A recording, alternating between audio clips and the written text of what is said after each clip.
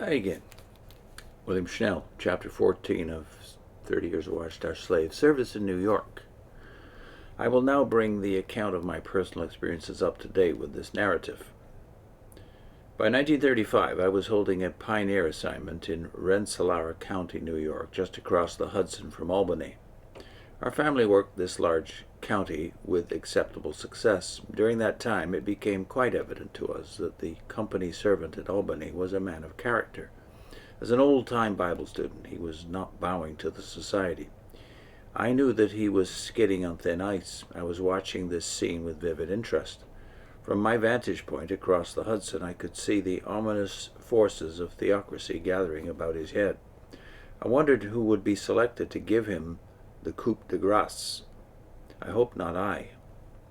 Then one day there appeared on the scene an elderly brother who was connected with the society's service department. In view of the fact that he had been pensioned, he was not dependent upon book selling for a living. He could therefore devote all his time to getting the company servant out. Usually, that was a delicate and major operation. It had to be done without repercussions from inside the company. This special brother, or hatchet man, in terms of age, was qualified for the job. The Watchtower Society had learned they no longer sent boys out to oust men as we had done in Germany. In this case, friction was soon stirred up. When this special brother began getting society instructions over the head of the duly appointed company servant, it did not take long for the members of the company to sense who was truly in favor with the society. In the meanwhile, we had received orders from headquarters to cooperate fully with this man. We stirred up the witnessing activity and took a leading part in the service. Thus we did our part in creating the desired diversion. Gradually, the incumbent company servant was forced to take a back seat, and the society's disfavor with him became quite evident. More and more, because we kept them busy throughout the week, the publishers rallied around us. Finally, the company servant had enough and resigned. In his place, a member of my family was appointed company servant. Being a staunch and subservient Watchtower Society boy, he still holds this position. Thus quietly, while preventing him from leading anybody away from the company, was this too individualistic elder defrocked and replaced by a loyal slave of the theocracy. The technique has been neatly perfected. It has proved to be surefire and has been used with success wherever necessary. The subhead now is far from infallible. In 1936, I was at my parents' home in New York City, preparing to go back to my assignment in Georgia, where I held a pioneer territory. I did not care much at the time to go back, but I had nothing else to do. While I was in the midst of my preparation, I received a call to come to Bethel. I was asked to stay in New York and to become the company servant for Manhattan. This was much more to my liking than to go back to the South at that time, so I accepted. This acceptance of mine, after I had ostensibly made preparations to leave for Georgia, was erroneously construed at headquarters to mean an especial willingness to give up personal plans for theirs. It was interpreted as an indication that I was their boy, and it was soon to bring me the offer of an advancement. However, that promotion, an offer to enter Bethel, was the last thing I wanted. I wiggled out of it as fast as I could without bringing the whole house down upon me and getting the cold shoulder permanently from them. From innumerable other cases added to mine, I learned that this arbitrary rule by which they advanced people, or demoted people, based upon seeming willingness to eat humble crow, was not a very efficient one, to say the least, and it certainly was not as scriptural as they contended. If the society had the mind of the Lord, as they claimed, it would not have made the errors of judgment to which it seemed unusually prone, some of which were appalling. The committing of errors is not limited to the Watchtower Society. However, whenever an organization like the Watchtower Society assumes to speak for the Lord ex cathedra, it is skating on thin ice, and soon pays the price for it.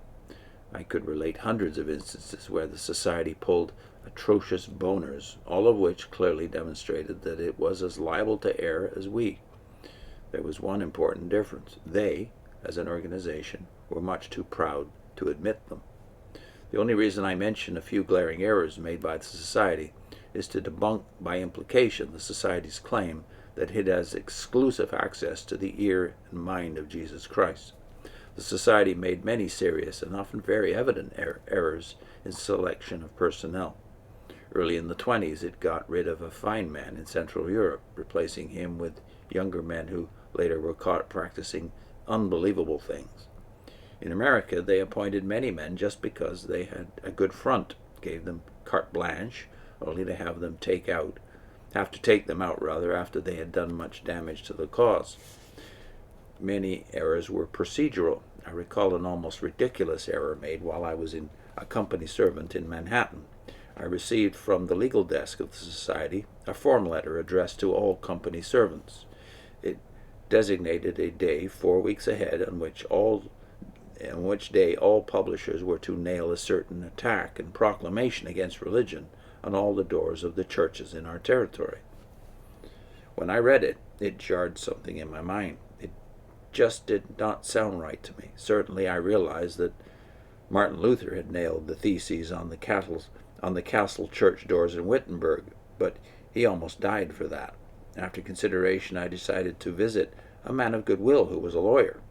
Since I had been witnessing to him and was on friendly terms with him, I could ask him for an answer to a hypothetical case without paying a retainer. He pointed out that the pamphlet would not draw legal action against it if it were distributed by hand. It would become libelous, however, on each instance and in every case where it was nailed to a church door. He warned that if the proposed plan were carried out, we would draw down upon us nationwide litigation. Upon learning that, I called the secretary to the judge and told him about the letter and about my findings. The next day I received another form letter by special delivery. Companies farther afield received telegrams canceling the scheme. From that day on, the legal desk was hamstrung. It had committed a stupid blunder. Many, many such false moves and improper judgments come to mind. But let these few suffice to make the point that the Watchtower Society is far from infallible. It is no more the mouthpiece of the Lord than was Balaam when he pompously addressed himself to Israel. Numbers 22 and 23, by the way. But this society fully believed that it was the head of gold in Daniel 2:31-34, divinely inspired and approved. It was completely autocratic in its attitude and behavior towards all whom it had theocratically placed in a position subordinate to itself. It no longer catered to the companies of Jehovah's Witnesses. The locally appointed elders had now completely disappeared, and in their place had come representatives of the society, company servants holding an official letter of appointment to the position by virtue of the society's self-assumed theocratic power. Most of those who were appointed in this manner had no Christian background whatever, as had the elders of the Bible student era. They had no conception of what constitutes a proper Christian assembly or ecclesia, and the idea of fellowshipping, which was a major purpose of the assembling of Christians for edification, sounded silly and maudlin to them. Old wives' behavior, or religionist attitude, they called it contemptuously, to them as products of a class, and now official appointees of the faithful and wise servant class, individual publishers mattered little. As individuals, they were expendable. All that mattered was to make the classes, which were now becoming better tools of the theocracy.